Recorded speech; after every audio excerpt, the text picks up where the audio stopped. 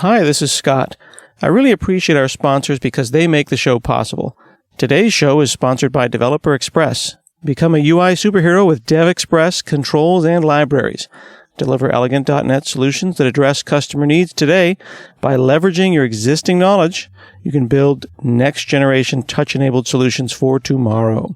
You can download your free 30-day trial at dx.hanselminutes.com. That's dx.hanselminutes.com.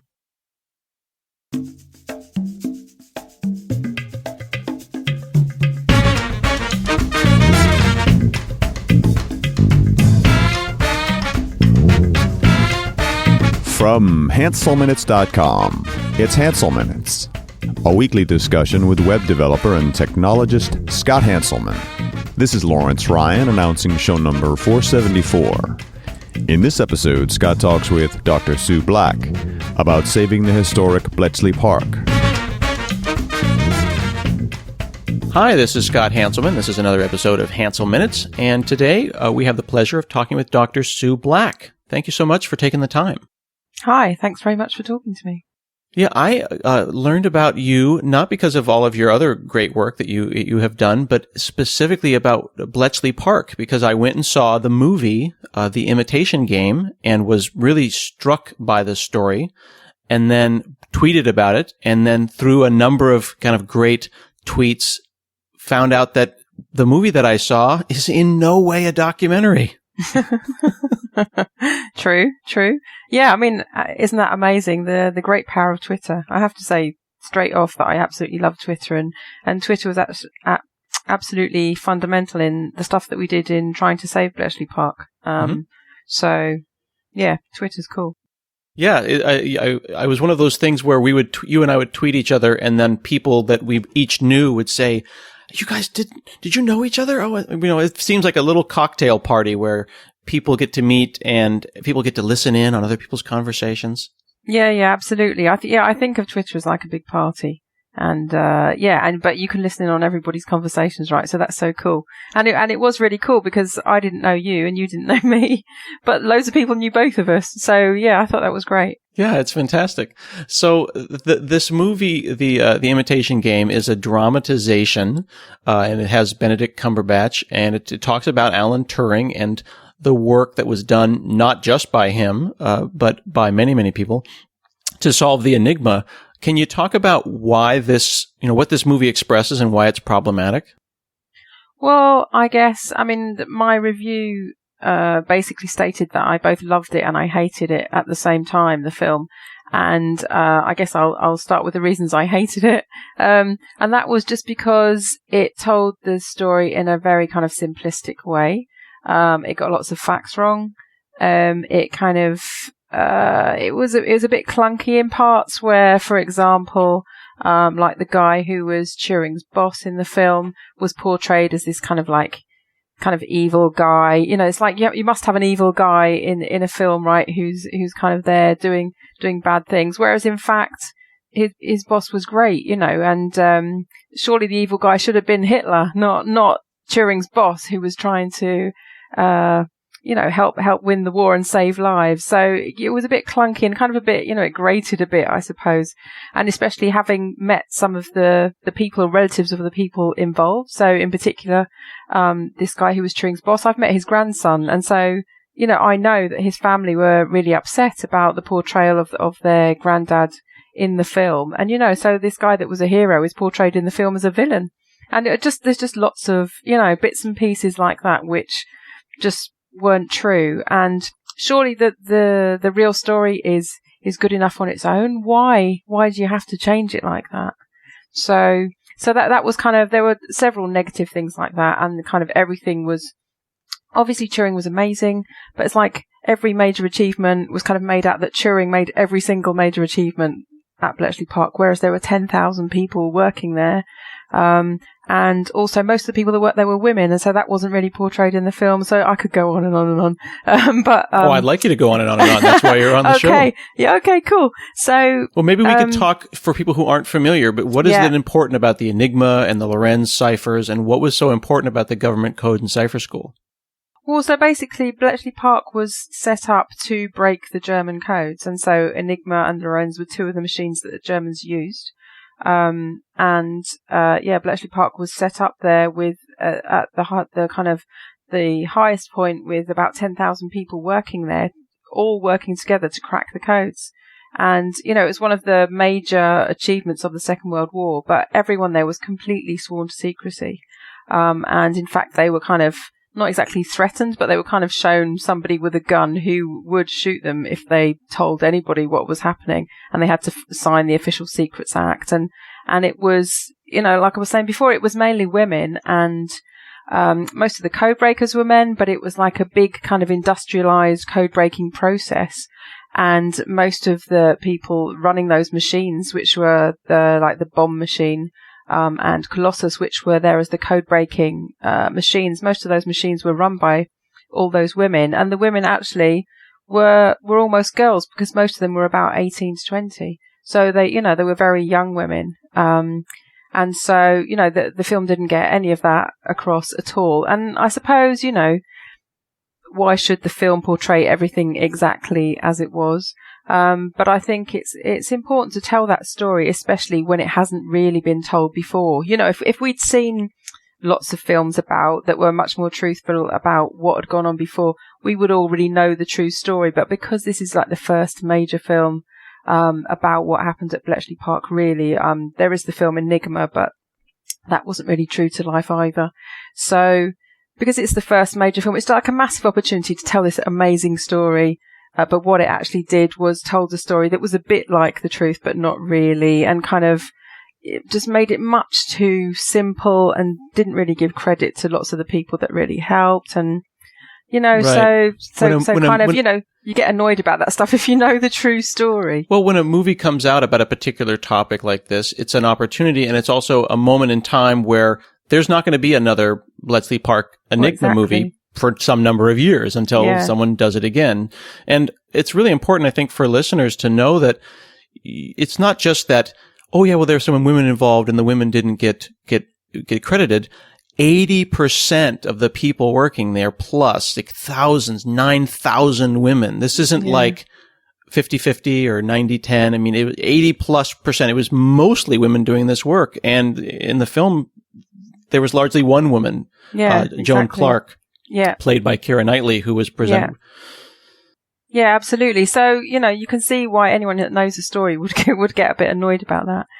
But so what I said in my review was that, so for those reasons, I hated it. But at the same time, of course, I absolutely loved it because, they're on the big screen with, top actors up there for Oscars, is this major film which tells some of the story of what happened at Bletchley Park. So, of course, I loved it for that reason, because it's really getting the message out there to an audience, most of whom won't really have known what did happen there. And so even just getting the name Bletchley Park out there I know that it did. It increased the number of visitors going up to Bletchley Park, but, quite dramatically. So, it's great that it's done that, but at the same time, that's kind of balanced out with all these things that, it is a good story. Why change it? Mm-hmm.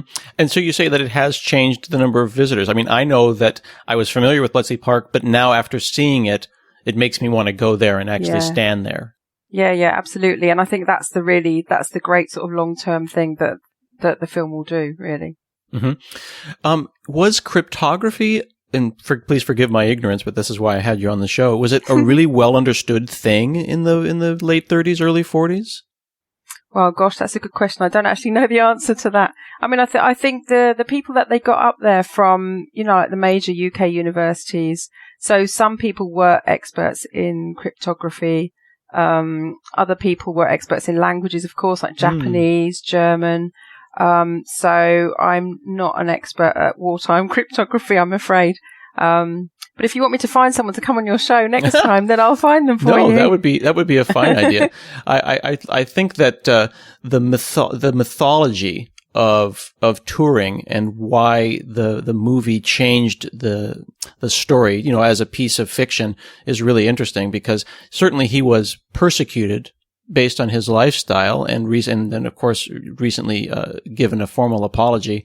But do you think it was because he was a singular man that they decided to make the entire focus on him and erase the rest of the other people? Or would you think it was because of the persecution? Why is it we are so obsessed with Turing that we would give him the credit of the work of 12,000 plus people? Well, I think he's more widely known than any of the other code breakers to start with. So there's that. I think also, for some reason, we kind of get a bit obsessed with people who die young. And also just the whole kind of like heart-wrenching, his whole story, you can just imagine this guy who was phenomenally clever, who most people didn't really understand.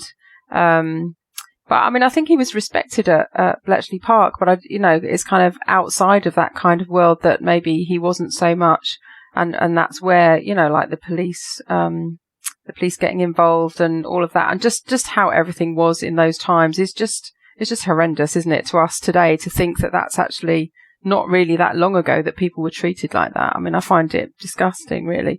But just his whole kind of story, this poor guy who, had a brain the size of a planet, was really, really smart, really tried hard to do the best for his country. He was just like, I don't know, almost like a superhero kind of guy. So of course everyone that resonates with everybody. But at the same time, he was treated so badly, and then, ended up dying at a young age. It's just like, that's kind of the stories that films are, films and books are written about and films are made about, because it's just so kind of tragic. I guess. It's such it's an easy plot foil to just say, the hero, the anti-hero, the protagonist, we found them, and then you just wrap the entire story around it. Yeah, absolutely. Yeah. So, I mean, but hopefully another thing that it'll do is it'll make people aware of the fact that there is more to the story. There were, lots of other code breakers there. Lots of other stuff happened. And so, what I'm really hoping is that as time goes on, other films will be made which look at different aspects. So, for example, I first got involved with Bletchley Park in 2003, and that was when I went up there for a meeting and found out on that day that actually 10,000 people had worked there and that more than half of them were women. And that's how I got involved. And so I then was looking around for funding to try and fund an oral history project of the women that worked there, because being a woman working in technology for 20 years, I had no clue that any women worked at Bletchley Park at all. So that story just had not been told. And so my first involvement really was trying to highlight the contribution of the women. And that, that started kind of coming out more and more. There are about 3 books come out recently about the women that worked at Bletchley Park. So I think these things just take time. You want stuff, I always want stuff to happen really quickly, but in actuality, it all takes a long time, really, for it all to happen. Well, and one of the things also is that there were so many women who worked on this whose work was classified by the Official Secrets Acts of 1939. So, Margaret Rock died in 1983, but no one really knew what she'd done until that information was declassified, when she was an old person. Yeah, absolutely. And some people died, like Tommy Flowers, who invented Colossus, to break Lorenz. So he, I think, not really in his whole lifetime did he get properly recognized for the stuff that he'd done. And someone told me a story of how he, I think in the 70s, signed up for a class to learn how to use a computer. And it's like, he bloody invented the computer. But, he signed up for a class to learn how to use the computer. I can't remember exactly what was said, but it was just like quite patronizing the way that he was talked to there, because of course no one knew that he'd, invented the first programmable digital computer, because that had been done, 70s, 30 years before, and it was still secret. So, and there are just so many stories like that of people that have made major contributions but have never been able to talk about it. And so the ones that are still around now can talk about it, but of course loads of people died before that was lifted. I want to take a moment to thank our sponsor, SyncFusion. SyncFusion's mobile, web, and desktop controls are trusted worldwide, but did you know that they also provide educational resources? The Succinctly series of free ebooks has great content on popular technologies in 100 completely ad-free pages. These books are written by industry experts, and topics range from Cassandra to Node.js to Windows 8.1. They are available for Kindle apps and in PDF format, and new ebooks are released each month, so browse their library at syncfusion.com to download your free ebook today. One of the things that I was surprised about was not just the gender aspects, but also the distances in ages. You had different women code breakers at Bletchley Park. Joan Clark came out with a double degree in mathematics in like 23, I think, when she came to Bletchley Park. Well, Margaret Rock, another woman codebreaker, showed up around her 37th birthday. So we had a very wide range of experiences, a wide range of degrees, a lot of them in mathematics, all working towards one thing. Yeah, absolutely. I think one of the kind of great things about Bletchley Park was that because there was such a massive threat from Hitler and, just from the country being at war, everyone pulled together, and, everyone was just desperate to find the best people to do stuff. And so in a way, it wouldn't really matter who anybody was. They just wanted the best people to do it. And I suppose that's why it kind of brought together a sort of a mixed group of people, I suppose, to make that happen. And that mix of people, they all had different skills. One of the funny things about Joan Clark was that she was promoted to the rank of linguist, but in fact had no skill in languages, and would fill out questionnaires and say, pay grade, linguist, languages, none. Yeah, She was a mathematician. Were her bosses trying to give her power, but were having to work within a power structure that did not allow a woman to be I'm guessing charge? so. Yeah, I mean, I've heard that story and I can't remember exactly, but I'm guessing that it is that kind of thing, that it just was impossible to do it any other way. Yeah. She was promoted to deputy head of Hut 8 in 1944 and was the only woman at Bletchley Park to reach that senior level from a cryptographic perspective. Right. Yeah, it's absolutely amazing. So you are actively working on making sure that Bletchley Park does not get forgotten, and you're trying to use social media to do this. Sure. Well, so basically, as I was saying before, I went there the first time in 2003.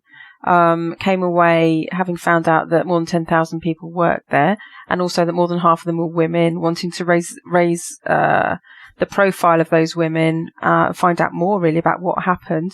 And at the launch of, so we ran this project, the Women of Station X, and so another name for Bletchley Park is Station X because it was the 10th listening station as part of the code breaking effort.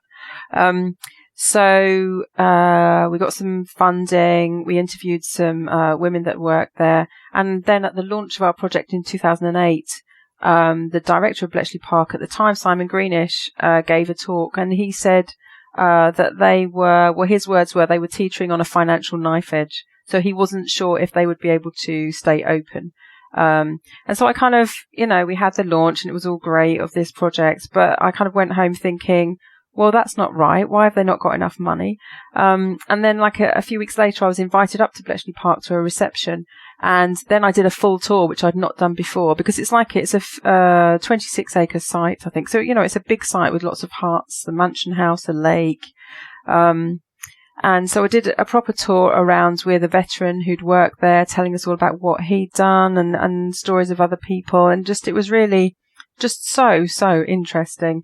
And I kind of had this moment where I was standing looking at Hut 6, which at the time was kind of covered at one end with a blue tarpaulin because there was, to stop water leaking because the roof had holes in it. So looking at this hut, and the veteran was telling us about the major code-breaking achievements that happened in that hut. And I just thought back to what Simon Greenish had said about them not having enough money. And I just thought, this is ridiculous. All these major code-breaking achievements. And the work done there is said to have shortened the war by 2 years. And it's it's a really fundamental place in terms of computer science with Turing working there, being sort of the father of computer science. And I just thought, and this place might close. That's ridiculous. I've got to do something about it. So I went away, basically. And at that time, I was head of a computer science department at the University of Westminster in London. And so I basically emailed all the heads and professors of computing in the UK and said, this is a disgrace. At the time, there was a petition on the 10 Downing Street website. the Prime Minister's office, which someone else had set up saying we must save Bletchley Park. And so I pointed all the heads and professors at this petition and said, please sign the petition. We've got to save Bletchley Park. So I sent that email out. It was quite a new head of department, so I was a bit scared actually that they would come back and say, "Who do you think you are?" Because I'd probably been in post like 6 months or something. But actually, it was great. So I looked at the petition a few hours later. Loads of, to me, famous heads and professors of computing from around the UK, people whose textbooks I'd used as a student, had signed the petition. So I thought, okay, it's not just me that feels like this. Lots of other people do too, and lots of my peers. So. Then I and a colleague at University of Westminster wrote a letter to the Times and sent that round asking all these heads and profs to sign the letter to the Times. So then that went into the Times. And at the same time, I contacted the BBC and said, I think I've got a story. And so basically what happened was we ended up on the BBC News and in the Times newspaper with the letter to the Times on the same day. So that was in 2008. And that went international. So that was really cool. But what I realized after that was that something that's news one day is not news the next day. And, I'm not a PR person or advertising or marketing or anything. I'm a computer science academic, right? So I don't really know what to do next.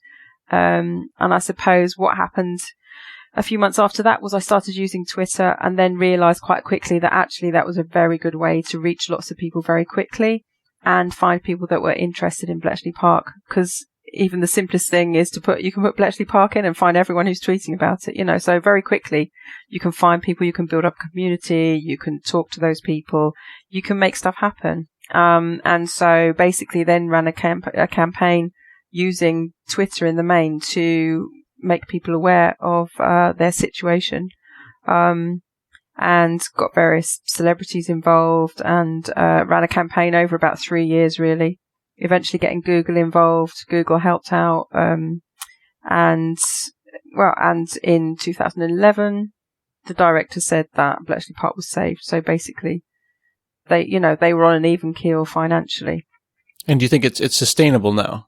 Yeah, so absolutely. So, and since then they've got 4.1 million heritage lottery funding, so some substantial funding, and they've renovated many of the huts, and so it was a cool place to visit when it was kind of falling apart because it was a bit ramshackle, but now they've done lots of work, and it's some really state of the art, some great stuff there. Like for example, walking into the hut where Turing used to work, you walk into the rooms and they've got voices, so they've got kind of audio, so they've got voices like having a conversation about code breaking as you walk in, and then you sort of see images projected onto the wall of people talking to each other. It's very kind of it's really evocative of the Second World War, so it really does give you that feeling that, oh my goodness, yes, this was the place where it all happened. It kind of sends tingles down your spine.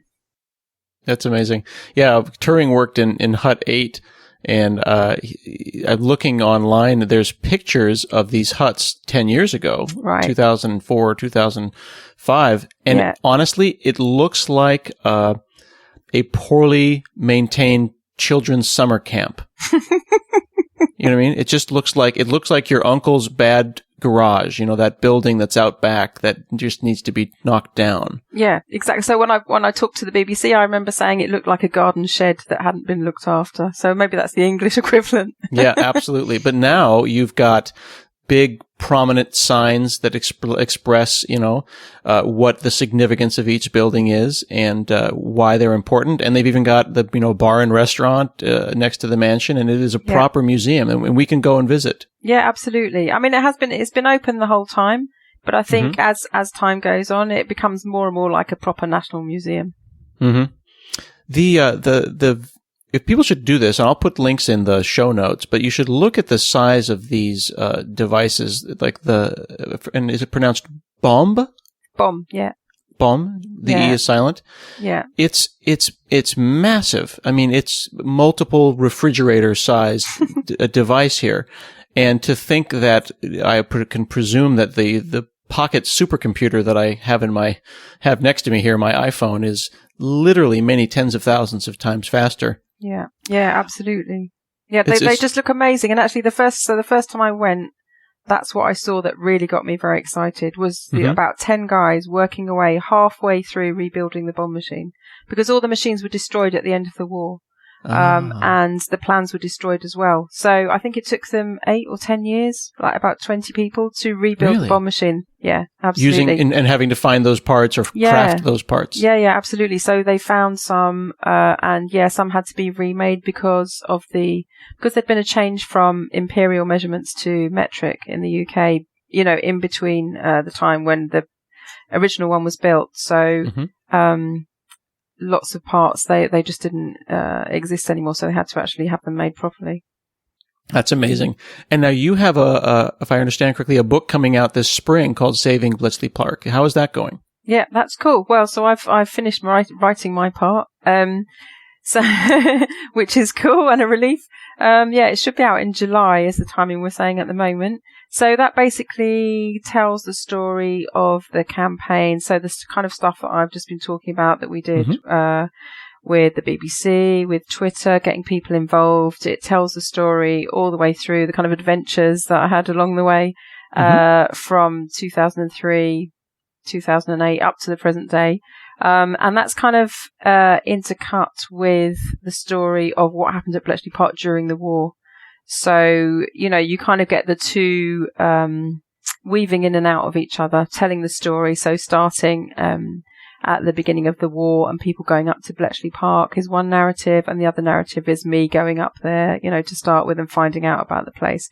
And so those two stories are woven together into what hopefully will make a very interesting book. Everyone that's read it so far has said it's great. So, yeah, fingers crossed. Do you have a favorite other book around Bletchley Park? Like, there's certainly the 95 novel Enigma by Robert Harris. It's a little more fictionalized. There's a lot of different plays. What's your favorite that you would recommend people go and learn about? Well, actually, it's not specifically about Bletchley Park, but there's a book called Colossus, which is just people that actually worked there or worked on projects to do with Colossus.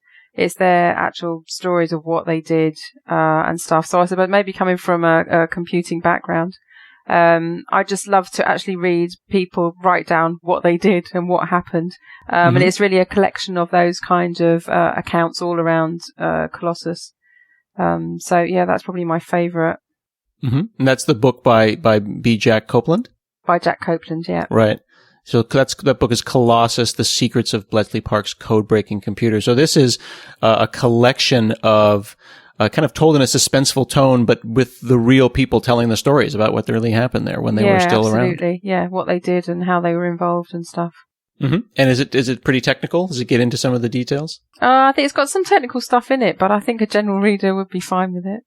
Very cool. That's fantastic. And what do you think that Americans should think about Bletchley Park? Because I know that there's a deep amount of passion from a UK perspective and as a source of national pride. If I'm in the UK or visiting, is this a must-see place for an American? Well, I'm biased, but I would expect absolutely. no less. Yeah, absolutely. I mean, I think it was 300 Americans that did work at Bletchley Park, so it wasn't just British that were there. So there were 300 Americans, and there's a chapter in my book about that. So, yeah. And, well, I mean, the thing is, it's the story of the peace that we have today, the peace in our time. And, the US was very much a part of that happening. So, no, it's not just about Britain. It's about, all of us being able to live our lives in freedom today. That's how I see it anyway. Yeah. So calling back to the very beginning of the conversation, we are understanding now that the movie was not really well represented of reality. And there was this boss who was presented as really kind of the bad guy in the film. Who was that gentleman? Yeah, that was Commander Denniston, who was in charge of Bletchley Park. And he's portrayed in the film as a bit of an ogre, and he's trying to force Turing to finish working, and he's going to cut his funding if he doesn't get what's called Christopher in the film, which is actually the bomb machine. If he doesn't get that working in time, and there's a lot of kind of toing and froing and angsting and stuff all around trying to make that happen. Whereas actually, I don't think any of that's true. And Commander Denniston, was not an ogre. He was a good boss in charge of Bletchley Park. So it just seems a bit crazy portraying him as a bad person when he's in charge of the whole place. It doesn't make sense. He was someone who was himself a cryptographer, recognized that code breaking was important, and consciously kept code breaking through World War I, all the way up into World War II and through World War II, while in the film, it seems like he's begrudgingly allowing these guys to sit in a, like 4 people to sit in a hut and work on code breaking. Yeah, exactly. When that's what they were all there for. So it just really doesn't make sense. Yeah, it doesn't make sense. Yeah, the whole point of this installation is to crack this code, and there's 12,000 of us here doing it, but it's 4 people in a garage that saved the universe. Yeah. Yeah, well, hopefully people will familiarize themselves not just with Alastair Denniston, with Joan Clark, with Turing, but with all the great stuff that happened at Bletchley Park. There's lots of fiction and nonfiction around the space, and I think it's important for us as computer people and computer scientists to be able to tell the difference between the truth and the fiction. Yeah, absolutely. People like Bill Tart and Tommy Flowers spring to mind, who've made absolutely major achievements and are starting to get a bit of recognition, but basically most people have never heard of them still. Mm-hmm. Well, thanks so much for chatting with me today. You're welcome. Well, folks can check out Dr. Sue Black online. She's active on Twitter, and her book coming very, very soon is Saving Bletchley Park, and I will include links in the show notes to all of those things. That's wonderful. Thank you so much. Absolutely my pleasure. I really enjoyed talking with you today. You too. This has been another episode of Hansel Minutes, and we'll see you again next week.